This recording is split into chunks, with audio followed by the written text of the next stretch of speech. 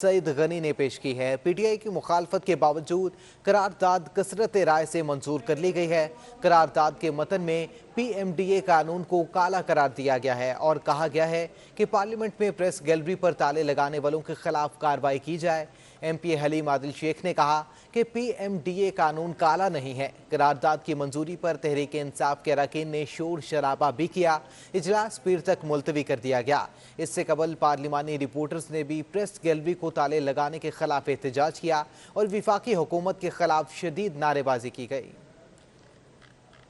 So the House condemns the federal government's proposed Pakistan Media Development Authority bill.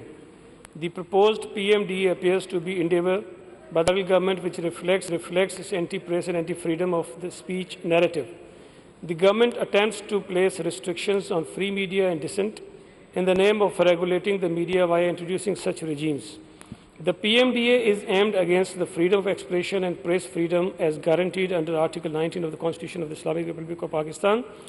Once the PMDA is established, it will be a step towards hindering the media freedoms and taking control of the press by federal government. The bill is an attempt to control the digital and print media by a single entity, that is PMDA, irrespective of the fact that two are separate in every respect. We condemn the closure of Media Gallery at National Assembly. The House demands that the proposed bill be withdrawn forthwith so the independence of media and press can be maintained. Sindh assembly इजलास के दौरान सूबाई वजीर तैमूर तालपुर और opposition अरकान में नोक झोंक हुई। पीटीआई रहनुमा खुर्रम शेर जमान के जवाब देने के दौरान तैमूर तालपुर ने मुदाखलत की तो खुर्रम शेर जमान ने कहा कि स्पीकर साहब इन्हें कहें कि जब बड़े बात कर रहे हों तो बच्चे बीच में नहीं बोलते। स्पीकर आगा सिराज दुरानी ने सूबाई वजीर तैमूर तालपुर को झाड़ पिला दी। स्पीकर ने पीटीआई रहनुमा खुर्रम शेर जमान भी नशिस्त पर वापस बिठा दिया। सर, ये वीडियो मैं आपको दिखा रहा हूं जो कि अर्बन फेस के ऊपर सवाल क्या है? ये ट्रैक्टर चल रहा है। सप्लीमेंट्री बताएं ना, वीडियो नहीं दिखाएं, सप्लीमेंट्री बताएं। वैसे आप भी अपना रोल पूरा प्ले करते हैं। नहीं, इसमें नहीं लिखा हुआ है कि आप वीडियो दिखा सकते हैं। मैंने कहा आप भी अपना पूरा किरदार अदा करते हैं। मैं हमेशा करता हूं। इनको बचाने के लिए, जो मेरी ड्यूटी है, बचाने के लिए, जो मेरी ड्यूटी है, आप मेरे पे बात नहीं करें, पूरा रोल प्ले करते हैं। सवाल करें, अपनी सीट की जो जिम्मेदारी है। सिंध असम्बली इजलास में वक्फा सवालात के दौरान पीपल्स पार्टी और एमक्यूएम अरकान के दरमियान गर्मा गर्मी देखने में आई। अवैस तालपुर और मोहम्मद हुसैन के दरमियान लफ्जी तकरार भी हुई। इस दौरान अरकान ने ऐवान में शोर शराबा भी किया।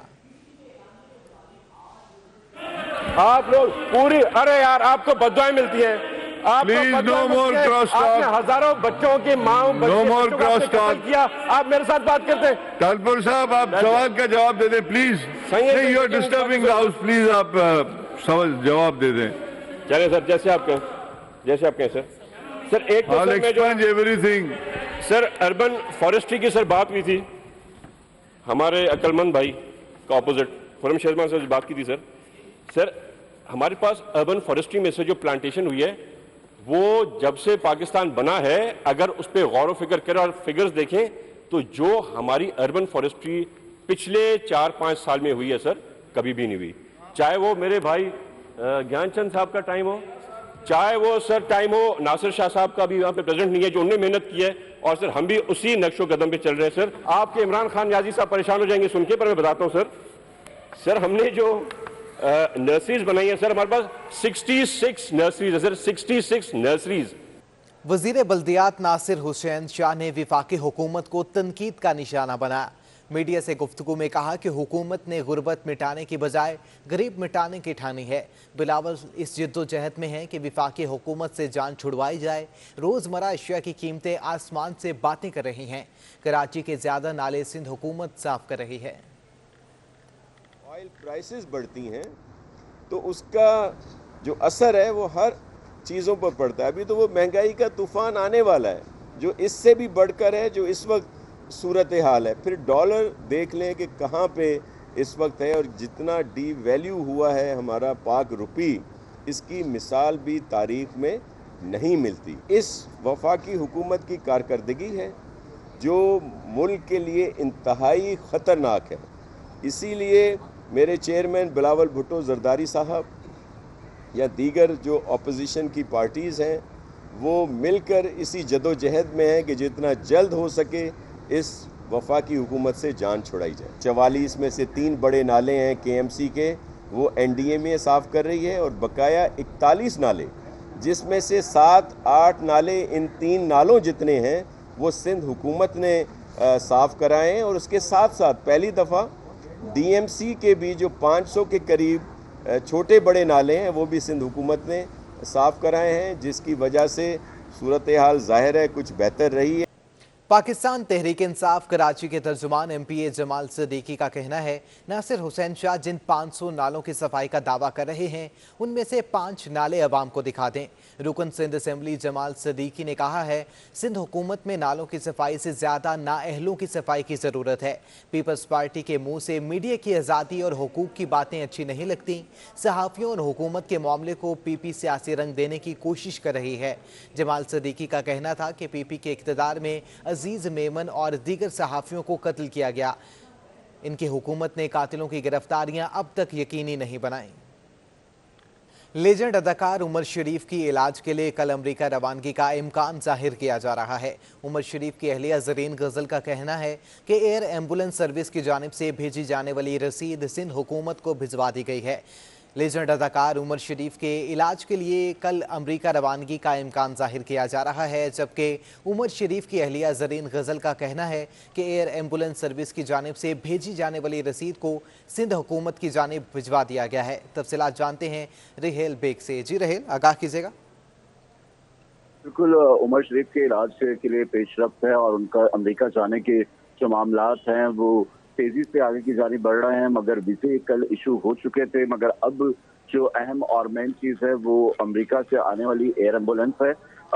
अभी जो हालिया ताज़ा तरीन इत्तलात है उनकी अहलिया के मुताबिक तमाम वीज़ा की कॉपीज और तमाम जितने भी दस्तावेजात हैं वो एयर एम्बुलेंस के लिए भेज दिए। उनकी जानिब से सफरी अखराजात की इनवॉइस भी आ गई है जो कि सिंध हुकूमत को दे दी गई है। उस वाजबात की अदायगी के बाद एयर एम्बुलेंस की जानिब से वक्त का तयन किया जाएगा और इस तमाम मामलात को देखने में और वहां से रवाना होने के जो भी वक्त है इसमें 4 से 5 घंटे का वक्त दरकार है और 3 से 4-5 घंटे के दौरान ही सही वक्त वाज़ेह तौर पर बताया जा सकेगा कि अमेरिका से एयर एम्बुलेंस कब तक रवाना होगी। और एयर एम्बुलेंस में डॉक्टर्स की टीम होगी जो सबसे पहले आकर उमर शरीफ का तिब्बी मुआयना करेगी। उसके बाद उन्हें इलाज के लिए अमेरिका रवाना किया जाएगा और इस तमाम प्रोसेस में इलाज के लिए जाने वाले उमर शरीफ के साथ उनकी अहलिया और उनके साहबजादे भी मौजूद होंगे। जी अच्छा रहेल बेग, ये भी आगाह कीजिएगा कि उमर शरीफ की सेहत कैसी है? जी, उमर शरीफ साहब की जो सेहत है वो पहले से कदरे थोड़ी बेहतर है क्योंकि जो उनकी कंडीशन है उन्हें दिल का आर्जा है और उनकी जो शरियाने हैं, एक शरियान भी लीकेज है जिसमें से ब्लीडिंग होती है और इस तरह के जो मरीज होते हैं तो उनकी हालत से कभी संभलती है, कभी बिगड़ती है, कभी थोड़ी बेहतर होती है क्योंकि उनकी जो सेहत है वो बेहतर तो नहीं है मगर कभी कभी कुछ संभल जाती है। और उनकी अहलिया के मुताबिक उन्हें आरजी डायलिसिस पे भी लगाया गया है कि खुदा न खास से जो उनकी किडनीज हैं वो फेलियर की तरफ ना जाए क्योंकि वीकनेस की वजह से उन्हें आरजी डायलिसिस पर भी लगाया गया है। ठीक है, बहुत शुक्रिया आपका रहेल बेग।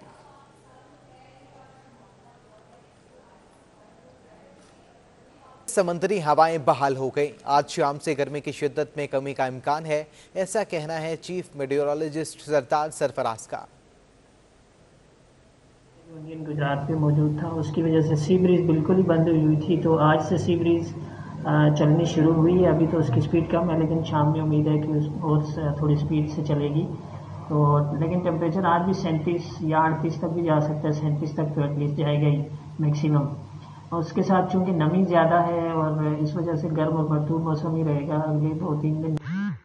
20 तारीख से सी ब्रीज कुछ ज़्यादा स्पीड से चलेगी, तो बादल भी हल्के बादल भी आएंगे तो और इसमें बेहतरी आएगी और उम्मीद है कि फिर टेम्परेचर 34-35 इसी रेंज में रहना चाहिए। उसके बाद बारिश का फिलहाल अगले चंद दिन तक कोई इम्कान नहीं है। देखें मानसून हवाओं का दोबारा से रुख सिंध की तरफ 22 सितंबर से लग रहा है, तो उसको वाच कर रहे हैं, फिर कोई अपनी बात की जा सकेगी 20 के बाद ही उसके बारे में।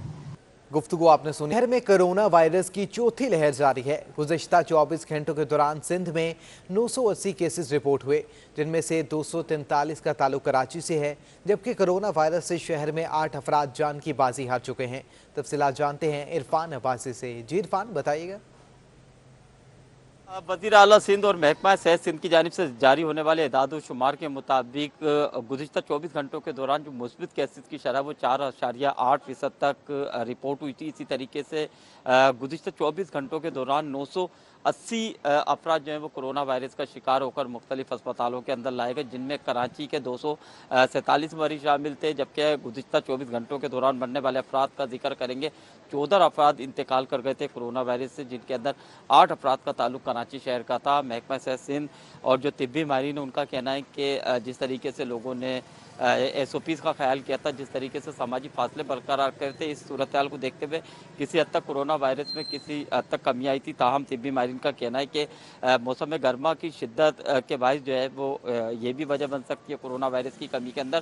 ताहम इस वक्त भी लोगों को चाहिए कि वो SOPs का ख्याल रखें, जो मास्क हैं वो लाजमन जो है वो इस्तेमाल करें, ताकि जो कोरोना जैसी वबा है उससे बचा जा सके। ताहम जो मुख्तलिफ अस्पतालों के अंदर मरीज़ लाए गए थे उनको तिब्बी इमदाद फराहम की जा रही है। ताहम जो मुख्तलिफ सेंटर हैं, अगर इनका जिक्र करें तो यहाँ पर कोरोना से बचाव की जो वैक्सीन है उसकी किल्लत पैदा हो गई थी। ख़ासतौर पर मॉडर्ना और जो साइनोफार्म थे उसके को लोग तलाश कर रहे थे। दूसरी डोज लोगों को नहीं लगाई गई थी। ताहम महकमा सेहत सिंध का कहना है कि जल्दी ये जो किल्लत है इसके ऊपर काबू पा लिया जाएगा और फिर लोगों को जो मुख्तलिफ वैक्सीन है वो लगाई जाएगी। ठीक है, बहुत शुक्रिया आपका इरफान अब्बासी। सरकारी कॉलेजेस में तलबा को कोरोना वैक्सीन का डाटा अपडेट क्यों नहीं किया गया? डायरेक्टर कॉलेजेस ने कॉलेज प्रिंसिपल्स को नोटिस जारी कर दिए। डायरेक्टर कॉलेजेस ने सरकारी कॉलेजेस के प्रिंसिपल्स को कोरोना वैक्सीन पोर्टल पर डाटा अपलोड न करने पर नोटिस जारी कर दिए। महकमा तालीम की जानिब से सरकारी कॉलेजेस में प्रिंसिपल्स को हिदायत जारी की गई थी कि तमाम तलबा का डाटा महकमा तालीम के ऑनलाइन पोर्टल पर अपडेट करें। कितने तलबा का वैक्सीन लग चुकी है और कितने तलबा ने इजाज़तनामा वसूल किया, कितने तलबा ने जमा करा दिया है। ताहम कुछ कॉलेज प्रिंसिपल्स के खिलाफ शिकायत मौसूल हुए हैं। महकमा तालीम सिंध ने 20 ग्रेड के DG कॉलेजेस की पोस्ट ख़त्म करने का फैसला कर लिया। कराची समेत सूबे भर में रीजनल डायरेक्टर्स तैनात किए जाएंगे। कराची समेत सूबे के तमाम शहरों में तैनात रीजनल डायरेक्टर्स अपने अपने शहर में बेहतर अंदाज में काम कर सकेंगे, जबकि रीजनल डायरेक्टर कॉलेजेस DG की बजाय सेक्रेटरी कॉलेजेस को रिपोर्ट करेगी। इंटर बैंक में रुपए की कदर में उतार चढ़ाव का रुझान बरकरार है। डॉलर 1 पैसे इजाफे से 168.19 रुपये का हो चुका है। इंटर बैंक में रुपए की कदर में उतार चढ़ाव का रुझान बदस्तूर बरकरार है। डॉलर 1 पैसे इजाफे से 168.19 रुपये का हो चुका है। इंटर बैंक में रुपए की कदर में उतार चढ़ाव का रुझान बदस्तूर बरकरार है, जबकि डॉलर 1 पैसे इजाफे से 168.19 रुपये का हो चुका है। तफसीलात जानते हैं अशरफ खान से। जी अशरफ, आगाह कीजिएगा।